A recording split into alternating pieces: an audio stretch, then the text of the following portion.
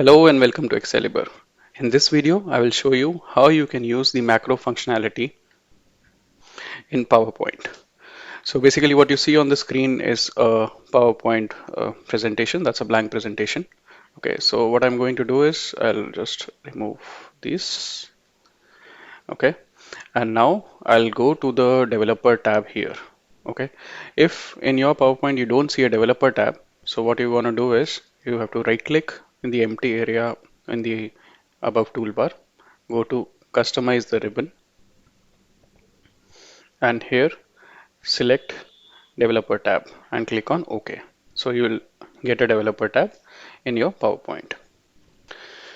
Now when you click on the developer tab, you will see that there are some elements which are available. Okay, so these might be a little bit different from Excel, but still they work in the same principles.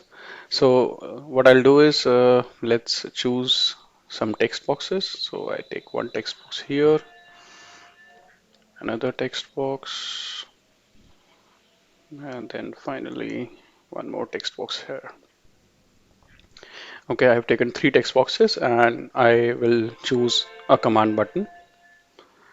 I'll place the command button here. Okay, and in this example what I'll do is I will write two different texts and add these texts to the value here. So basically the name will be concatenated. Okay, so if you want to know what is the name of this particular element, you can check in the property sheet. So basically it's the text box 1. So similarly this will be text box 2 and 3, and that's the command button 1. So I double click on the command button 1 and open the Visual Basic editor.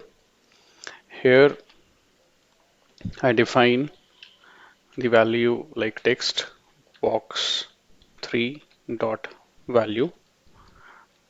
Okay, this should be equals to text box 1 dot value, and so I'll concatenate both the boxes, text box 2 dot value. Okay, so this way I'll concatenate the boxes. So let's just first save it before moving on to the running of the macro, because saving also requires a special procedure. So when you save this presentation, you will see that the window appears, and here you need to make a selection that it is a PowerPoint macro enabled presentation star.pptm. So select that. Okay, name it as presentation and save it.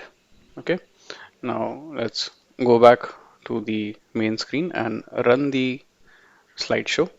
So this is the slideshow.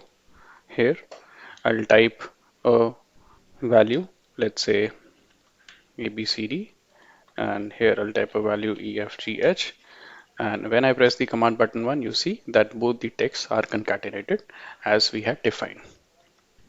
Okay, so let's come out of the presentation.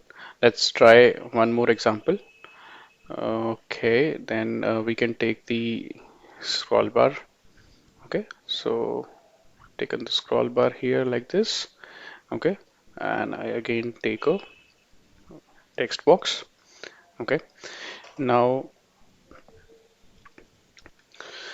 so if I go to the properties of the scroll bar, I see that it's the scroll bar 1. Okay, so what I'll do is I'll double click on the scroll bar 1. So we come to a routine which says scroll bar change, and I will write text box. Supposedly this would be the fourth box, so text box 4 dot value. This should be equals to scroll bar 1 dot value. So basically when there is a change in the scroll bar, the text box 4 will receive the value from the scroll bar. Okay, I save it. Again go back here and let's try to run the slideshow. Okay, so as I make a change in the scroll bar, you see that the value starts coming. Okay, and if I scroll it like this, you see these are the values that keep on changing in this text field, and this is the maximum value of the scroll bar. Okay, so to see the range of the scroll bar, you can also go to the properties and you see that the maximum value like which it can hold, like the change is 1, and this yeah, so this is the minimum, that's 0, and the maximum is 32767 that it can go.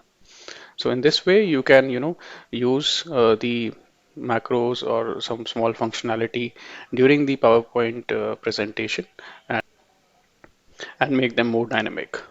If you like the video, please subscribe to my channel Excalibur. Thank you very much.